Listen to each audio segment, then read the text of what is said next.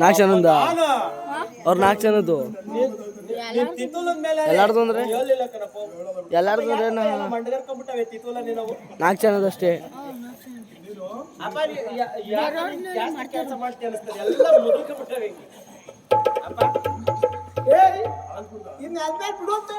ಅಪ್ಪ ಇಕ್ಕವನ್ನ ಕೆಳಗಡೆ ಬಿಡ, ನಾನು ಅವ್ವ ಮಿಣ ಮಿಣ ಮಿಣ ನೋಡ ಮಿಣ ಮಿಣ ಮಿಣ ಮಿಣ ನೋಡ ಬಿಡು. ಇವಾಗ ನನ್ನ ಜಡಮುಡಿಯಿಂದ ಈ ಧರಣಿಗೆ ನಿಮ್ಮ ಅಕ್ಕನ ಪಾದಕ್ಕೆ ಒಂದು ಶರಣ ಮಾಡುವುದಿಲ್ಲ. ಶರಣಮ್ಮ ಶರಣಕ್ಕ ಸರಿಯೇ ನನ್ನಕ್ಕ